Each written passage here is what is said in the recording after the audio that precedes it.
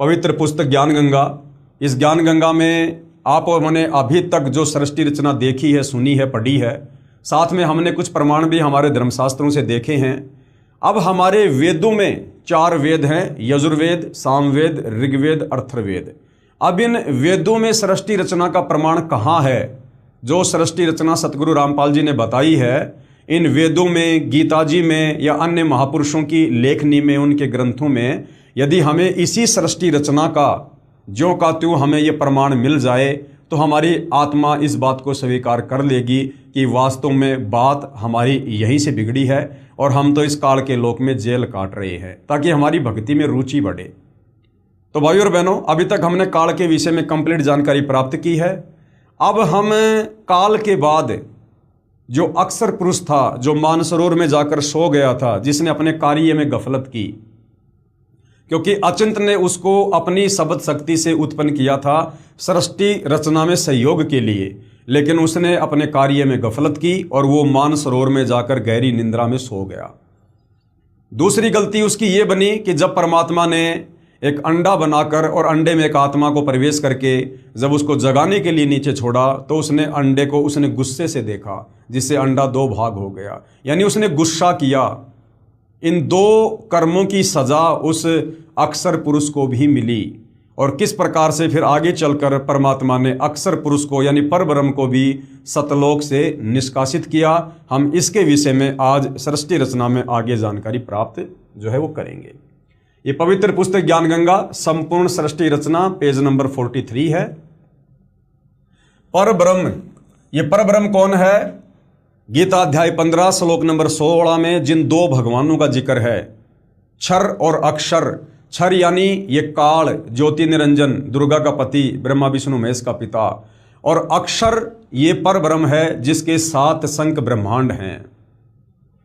परब्रह्म के 7 शंख ब्रह्मांडों की स्थापना कबीर परमेश्वर यानी कबीर देव ने आगे बताया है कि परब्रह्म यानी अक्सर पुरुष ने अपने कार्य में गफलत की, क्योंकि यह मानसरोवर में सो गया, तथा जब परमेश्वर यानी मैंने अर्थात कबीर साहिब ने उस सरोवर में अंडा छोड़ा तो अक्सर पुरुष यानी परब्रह्म ने उसे क्रोध से देखा। यानी भाइयों और बहनों, परमात्मा का विधान है उनकी शरण में आने के बाद या उनकी ज्यूरिडिक्शन में रहते सहते यदि हम उनके विधान को तोड़ेंगे, कोई भी गफलत करेंगे, उस कर्म का हमें दंड भोगना पड़ेगा।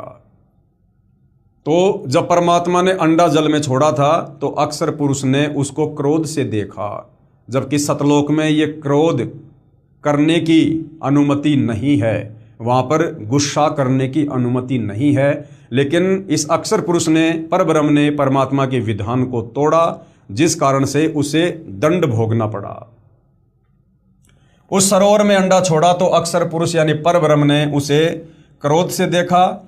इन दोनों अपराधों के कारण, एक तो उसने अपने कार्य में गफलत की, मानसरोवर में सो गया, दूसरा जब परमात्मा ने अंडा छोड़ा तो परब्रह्म यानी अक्सर पुरुष ने अंडे को जो है क्रोध से देखा। इन दोनों अपराधों के कारण 7 शंख ब्रह्मांडों सहित सतलोक से बाहर कर दिया। काल को 21 ब्रह्मांड सहित और इस परब्रह्म को, अक्सर पुरुष को 7 शंख, नील शंख, इतने ब्रह्मांड देकर इसको सतलोक से बाहर कर दिया। अन्य और क्या कारण था जिसके चलते फिर अक्सर पुरुष को सतलोक से बाहर करना पड़ा? अन्य कारण, अक्सर पुरुष यानी परब्रह्म अपने साथी ब्रह्म यानी क्षर पुरुष यानी काल की विदाई में व्याकुल होकर परमपिता कबीर देव, कबीर परमेश्वर की याद भूलकर उसी को याद करने लगा, तथा सोचा कि क्षर पुरुष यानी ब्रह्म काल तो बहुत आनंद मना रहा होगा, वह स्वतंत्र राज्य करेगा, मैं पीछे रह गया। तथा अन्य कुछ आत्माएं जो परब्रह्म के साथ 7 शंख ब्रह्मांडों में जन्म मृत्यु का कर्मदंड भोग रही हैं, उन हंस आत्माओं की विदाई की याद में खो गई, जो ब्रह्म यानी काल के साथ 21 ब्रह्मांडों में फंसी है, तथा पूर्ण परमात्मा सुखदाई कबीर देव की याद भुला दी।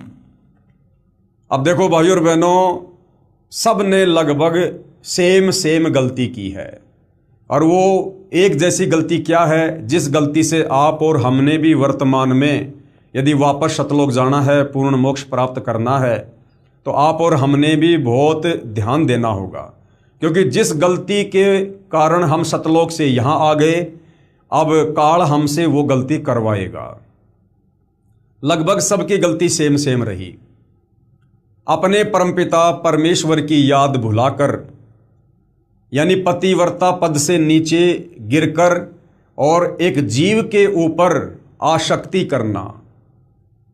सर्वप्रथम जब ये काल सतलोक में तप कर रहा था तो हम सभी आत्माएं जो आज 21 ब्रह्मांड में फंसी पड़ी हैं, चींटी से लेकर हाथी और देवताओं से लेकर ब्रह्मा विष्णु महेश, हम सब ने क्या गलती की?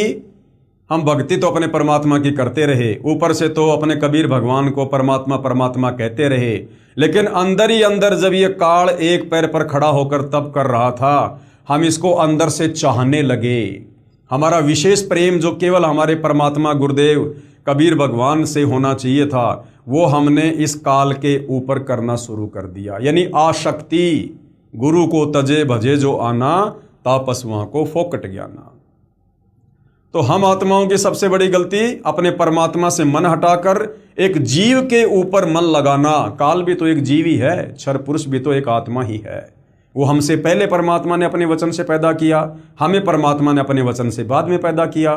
तो ये क्षर पुरुष काल भी तो हमारा बड़ा भाई है। तो हमने अपने बाप से आसक्ति हटाकर और एक जीव इस काल के ऊपर हमने आसक्ति लगाई, जिस कारण से हम पतिव्रता पद से नीचे गिर गए।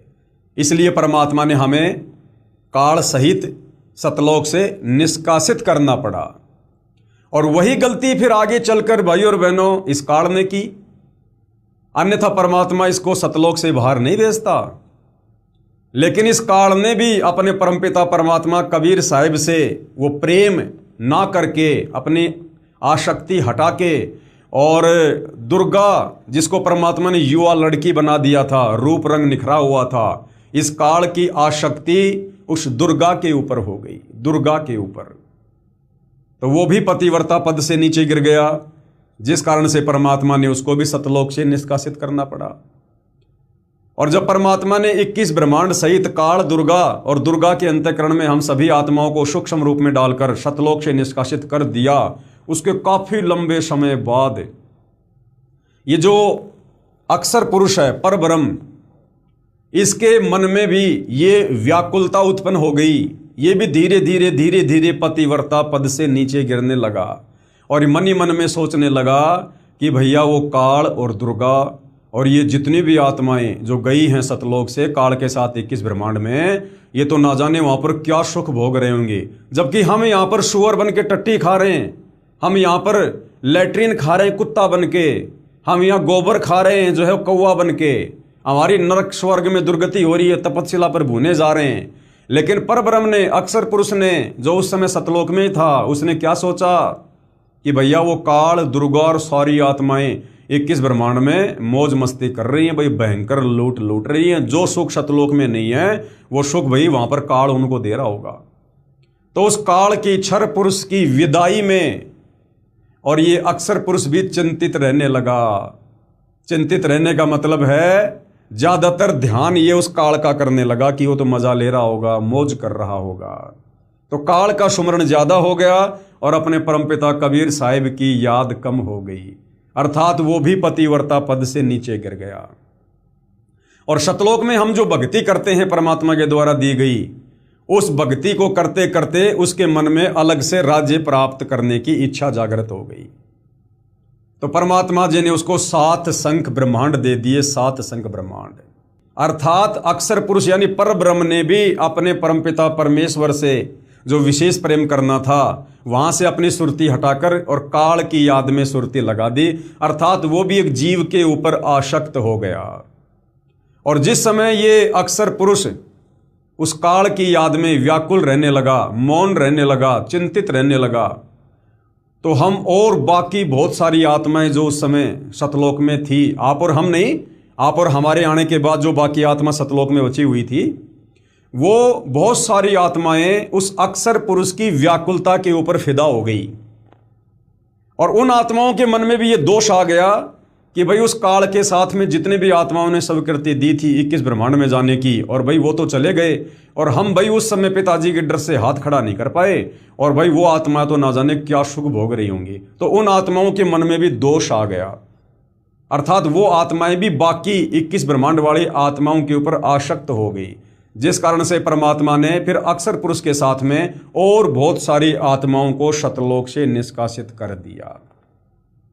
तो भाई और बहनों, कहने का मतलब है अपने परमपिता परमेश्वर कबीर साहिब यानी अपने गुरुदेव भगवान से आस्था हटाकर यदि हमने किसी भी पॉइंट पर किसी भी कारण से, चाहे कोई अच्छा बोलता हो, चाहे मीठा बोलता हो, चाहे कोई दिन रात भक्ति करता हो, चाहे कोई कितना ही सुंदर हो, चाहे कोई गुरुजी के परिवार से हो, चाहे कैसे भी हो, कोई भी हो, चाहे कोई पैसे वाला हो, चाहे कोई सुंदर हो, चाहे कोई स्त्री हो, चाहे कोई पुरुष हो, यदि आप और हमने वर्तमान में इस पृथ्वी लोक पर साक्षात वही कबीर भगवान पूज्य गुरुदेव सतगुरु रामपाल जी के नाम से हमें प्राप्त हैं, यदि आज हमने ये सृष्टि रचना सुनकर, इतना ज्ञान सुनकर, उनसे उपदेश लेकर, यदि आज हमने अपने गुरुदेव भगवान के अलावा पतिव्रता पद से नीचे गिरकर अगर किसी भी जीव पर, क्योंकि 21 ब्रह्मांड में गुरुदेव के अलावा सब जीव हैं काल से लेकर चींटी तक, यदि हमने किसी के ऊपर भी विशेष आसक्ति दिखाई, आसक्ति लगाई, तो भाई और बहनों हमारी बात फिर से बिगड़ जाएगी। और इसके बहुत सारे उदाहरण हैं। एक उदाहरण आपको अब्राहिम सुल्तान का भी दिया जाता है। अब्राहिम सुल्तान जो बलक बुखारे का बादशाह था, जिसके ठाट बाट इतने अजब गजब थे, देवताओं का राजा इंद्र भी शर्मा जाया करता था कि भाई ऐसे ठाट बाट तो मेरे भी नहीं हैं जो बलक बुखारे के बादशाह अब्राहिम सुल्तान के हैं।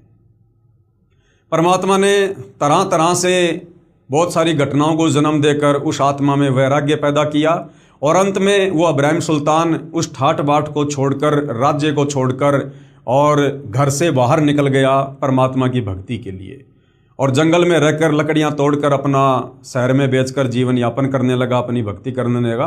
बीच बीच में परमात्मा के सत्संग सुनने के लिए आश्रम में भी जाया करता था। और काफ़ी लंबे समय बाद जब परमात्मा ने उसको कहा कि बेटा तू अब मक्का मदीना जा, वहाँ पर तेरे जैसे बहुत सारे मुसलमान भाई भ्रमित हैं, उनको असली अल्लाह की जानकारी दे, सतभक्ति की जानकारी दे। तो वो मक्का मदीना चला गया और वहाँ जाने के बाद भाई और बहनों, जब बलक बुखारे के कुछ लोग वहाँ पर हज करने गए, मक्का गए, तो उन्होंने उसे पहचान लिया कि ये तो अब्राहिम सुल्तान है। वापस आकर उस व्यक्ति ने अब्राहिम सुल्तान के परिवार के सदस्यों को जानकारी दी कि भाई जो अब्राहिम जी जो राज्य छोड़कर चले गए थे वो ऐसे ऐसे मक्का में हैं। तो अब्राहिम सुल्तान की 16,000 रानियाँ थी, उनमें से एक रानी और एक बेटा। उस रानी ने कहा कि मैं अपने पति के दर्शन करने जाऊंगी, साथ में अपने 12-13 वर्ष के एक बेटे को लेके गई। जब अब्राहिम सुल्तान ने राज्य छोड़ा था उस समय वो बच्चा उसके वो गर्भ में था, और अब्राहिम सुल्तान के दर्शन करने के लिए वो रानी, उसका बेटा और गांव का कोई व्यक्ति वो मक्का चले जाते हैं।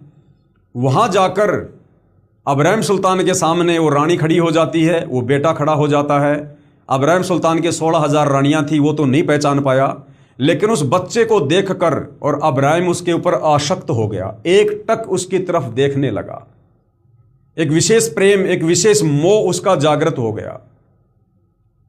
और फिर उस व्यक्ति ने बताया कि अब्राहिम जी, ये स्त्री आपकी रानी है जिसको आप छोड़ के आ गए थे, और ये बेटा आप ही का है। जब आप बलक बुखारे को छोड़ के आए थे उस समय ये इसके वो गर्भ में था।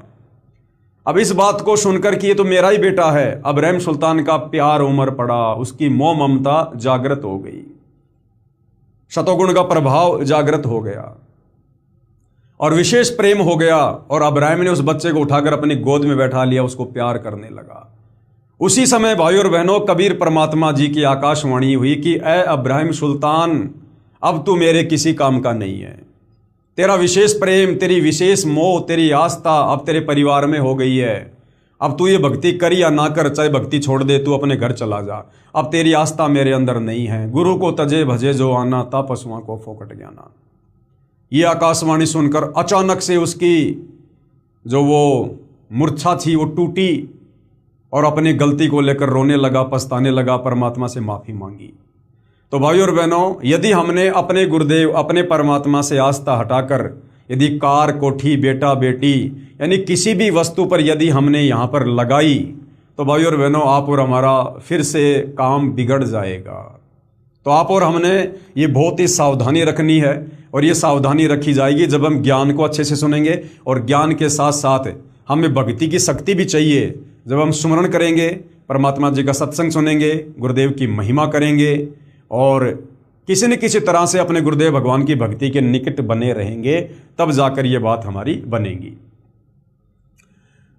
उन हंस आत्माओं की विदाई की याद में खो गई जो ब्रह्म यानी काल के साथ 21 ब्रह्मांडों में फंसी हैं, तथा पूर्ण परमात्मा सुखदाई कबीर देव की याद बुला दी। परमेश्वर कबीर देव के बार बार समझाने पर भी आस्था कम नहीं हुई। जो आत्माएं परब्रह्म के ऊपर आसक्त हो गई और 21 ब्रह्मांड में आ चुकी अन्य आत्माओं के ऊपर आसक्त हो रही थी सतलोक में बैठी बैठी, उनको भी परमात्मा ने बहुत समझाया था, बहुत आकाशवाणी की, लेकिन उन्होंने भी ध्यान नहीं दिया। परब्रह्म यानी अक्षर पुरुष ने सोचा कि मैं भी अलग स्थान प्राप्त करूं तो अच्छा रहेगा। ये सोचकर राज्य प्राप्ति की इच्छा से सार नाम का जाप प्रारंभ कर दिया। इसी प्रकार अन्य आत्माओं ने जो परब्रह्म के साथ संग ब्रह्मांडों में फंसी हैं, सोचा कि वे जो ब्रह्म के साथ यानी काल के साथ आत्माएं गई है ना, वे तो वहां मौज मस्ती मनाएंगे और हम पीछे रह गए। परब्रह्म यानी अक्षर पुरुष के मन में भी ये धारणा बनी कि क्षर पुरुष यानी काल अलग होकर बहुत सुखी होगा, कि वो काल तो 21 ब्रह्मांडों में बहुत ज्यादा सुखी होगा, जबकि यहां पर काल ने सबके घुटने तोड़ रखे हैं, काल खुद भी महादुखी है। ये विचार कर अंतरात्मा से भिन्न स्थान प्राप्ति की ठान ली। परब्रह्म यानी अक्षर पुरुष ने हठ योग नहीं किया। उस अक्षर पुरुष ने एक पैर पे खड़ा होकर कोई तप नहीं किया, वो केवल व्याकुल रहने लगा। उसने अपनी आस्था परमात्मा से हटाकर काल के ऊपर लगा दी, परंतु केवल अलग राज्य प्राप्ति के लिए सहज ध्यान योग विशेष कषक के साथ करता रहा। अलग स्थान प्राप्त करने के लिए पागलों की तरह विचरने लगा, खाना पीना भी त्याग दिया। अन्य कुछ आत्माएं जो पहले काल ब्रह्म के साथ गई आत्माओं के प्रेम में व्याकुल थी, वे अक्षर पुरुष के यानी परब्रह्म के वैराग्य पर आसक्त होकर उसे चाहने लगी। पूर्ण प्रभु के पूछने पर परब्रह्म ने अलग स्थान मांगा। जब कबीर परमात्मा जी ने पूछा कि भाई तुझे क्या चाहिए, तू ऐसे गुमसुम क्यों है, खाना पीना क्यों छोड़ दिया, तो परब्रह्म यानी अक्षर पुरुष ने अलग स्थान मांगा कि भगवान मुझे भी अलग से राज्य दे दो जैसे आपने काल को दिए थे। तथा कुछ हंस आत्माओं के लिए भी याचना की और कहा कि मुझे कुछ आत्माएं भी दे दो जैसे आपने काल को दी। तब कबीर देव यानी कबीर परमेश्वर ने कहा कि जो आत्मा आपके साथ अपनी इच्छा से जाना चाहे उसे भेज देता हूं।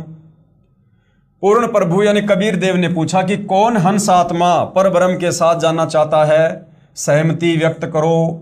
बहुत समय उपरांत एक हंस ने स्वीकृति दी, यानी सेम टू सेम वही काम हुआ। फिर देखा देखी उन सभी आत्माओं ने भी सहमति व्यक्त कर दी। सर्वप्रथम स्वीकृति देने वाले हंस को स्त्री रूप बनाया, उसका नाम ईश्वरी माया यानी प्रकृति सुरती रखा तथा अन्य आत्माओं को उस ईश्वरी माया में प्रवेश करके अचिंत द्वारा अक्षर पुरुष परब्रह्म के पास भेजा। पतिव्रता पद से गिरने की सजा पाई। क्या सजा पाई? पतिव्रता पद से नीचे गिरने की। पतिव्रता पद यानी अपने परम पिता परमेश्वर, अपने पति परमेश्वर कबीर साहिब से आस्था कम करके और एक जीव के ऊपर आस्था लगा ली, तो पतिव्रता पद से गिरने की सजा पाई। इसी प्रकार भाई और बहनों, वर्तमान में गुरुदेव भगवान ने हमें जो भक्ति दे दी है और समझा दिया है कि बच्चों वो कबीर भगवान तुम्हारा गुरु ही है और कोई नहीं है। अब यदि हमने अपने गुरुजी के अलावा किसी और में भगवान को देखा, किसी और को इष्ट बनाया, किसी और की फोटो में हमने आस्था रखी, अपने गुरु के अलावा किसी और को कबीर परमात्मा के रूप में स्वीकार कर लिया, किसी और का हमने प्रकट दिवस मना लिया, बोध दिवस मना लिया, तो भाई और बहनों आप और हमारी भी बात बिगड़ जाएगी। पतिव्रता पद से गिरने की सजा पाई। कई युगों तक दोनों सात संग ब्रह्मांडों में रहे, परंतु परब्रह्म ने दुर्व्यवहार नहीं किया। इस परब्रह्म ने, अक्षर पुरुष ने वो गलती नहीं की उस ईश्वरी माया के साथ जो गलती उस काल ने दुर्गा के साथ की थी, जबरदस्ती करने की, बलात्कार करने की। वो गलती काल ने नहीं की, बल्कि इस परब्रह्म ने, अक्षर पुरुष ने उस ईश्वरी माया के साथ, जिसने सबसे पहले इस परब्रह्म के साथ जाने की स्वीकृति दी, जिसकी परमात्मा ने दुर्गा की तरह सुंदर युवा लड़की बनाकर उसके पास भिजवाया था, इन दोनों ने अपनी स्वेच्छा से, अपनी मर्जी से इन्होंने शारीरिक संबंध बनाए। इन्होंने जबरदस्ती नहीं की एक दूसरे के साथ, जिसके चलते सतलोक से तो इनको बाहर निकालना ही पड़ा। लेकिन परमात्मा ने इस परब्रह्म के लोक में फिर जीवों को सजा देने के लिए तपतशिला का कष्ट नहीं दिया, क्योंकि इन्होंने अपनी मर्जी से, अपनी स्वेच्छा से शारीरिक संबंध बनाने की एक दूसरे को सहमति दी, जिस कारण से परब्रह्म के सातसंग ब्रह्मांडों में तपतशिला का कष्ट नहीं है। कई युगों तक दोनों सातसंग ब्रह्मांडों में रहे। कौन? अक्षर पुरुष और वो ईश्वरी माया। परंतु परब्रह्म ने यानी अक्षर पुरुष ने दुर्व्यवहार नहीं किया, बलात्कार नहीं किया, जबरदस्ती नहीं की। ईश्वरी माया की स्वेच्छा से अंगीकार किया, यानी शारीरिक संबंध बनाए, तथा अपनी शब्द शक्ति द्वारा नाखूनों से स्त्री इंद्री योनि बनाई। ईश्वरी देवी की सहमति से संतान उत्पन्न की। इसलिए परब्रह्म के लोक यानी सातसंग ब्रह्मांडों में प्राणियों को तपतशिला का कष्ट नहीं है, तथा वहां पशु पक्षी भी ब्रह्मलोक के देवों से अच्छे चरित्र युक्त हैं। अब देख लो भाइयों और बहनों, गलत व्यक्ति की संगति, कुसंगति का भी कितना बड़ा दंड मिलता है। अब काल ने जबरदस्ती की दुर्गा के साथ में, हम आत्माओं ने तो नहीं की थी ना, हम आत्माओं ने तो नहीं कहा ना तू इसके साथ बलात्कार कर, शारीरिक संबंध बना। लेकिन जबरदस्ती किसने की? इस काल ने की दुर्गा के साथ, और सजा हम सभी जीवों को मिली। तपतशिला पर भून भून कर जो हम खाए जा रहे हैं ना, ये उसी कर्म की सजा है, ये उसी कर्म की सजा। अरे हमने तो केवल काल के ऊपर आसक्ति की थी 21 ब्रह्मांड में आने के लिए, और वो ही आसक्ति जो आत्माएं उस परब्रह्म के लोक में हैं, उन्होंने भी परब्रह्म के साथ सातसंग ब्रह्मांडों में जाने की इच्छा व्यक्त की। लेकिन परब्रह्म ने ईश्वरी के साथ जबरदस्ती नहीं की, बलात्कार करने का प्रयास नहीं किया, जिस कारण से सातसंग ब्रह्मांड में रहने वाली आत्माओं को तपतशिला का कष्ट नहीं है। बाकी सारे कष्ट हैं, जन्मना, मरना, बेटा मरना, बेटी मरनी, स्वर्ग और नरक, पशु पक्षी, गधा कुत्ता सूअर, बाकी सब कष्ट जो के त्यों हैं जो यहाँ है। केवल सातसंग ब्रह्मांडों में तपतशिला पर भून भून कर जीव को नहीं खाया जाता।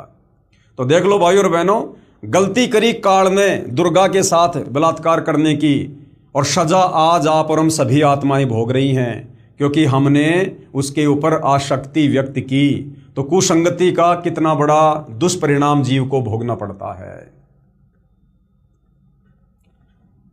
इसलिए परब्रह्म यानी अक्षर पुरुष के सातसंग ब्रह्मांडों में प्राणियों को तपतशिला का कष्ट नहीं है, तथा वहां पशु पक्षी भी ब्रह्मलोक यानी काल के देवों से अच्छे चरित्र वाले हैं।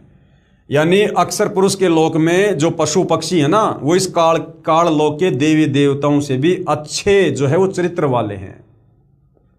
आयु भी बहुत लंबी है, परंतु जन्म मृत्यु कर्म आधार पर वो कर्म दंड यानी कभी आंख फूटना, कभी पैर कटना, कभी कुछ होना, तथा परिश्रम करके ही पेट पूर्ति होती है, काम धंधा करके ही वहां पर उदर पूर्ति होती है। स्वर्ग तथा नरक भी ऐसे ही बने हैं।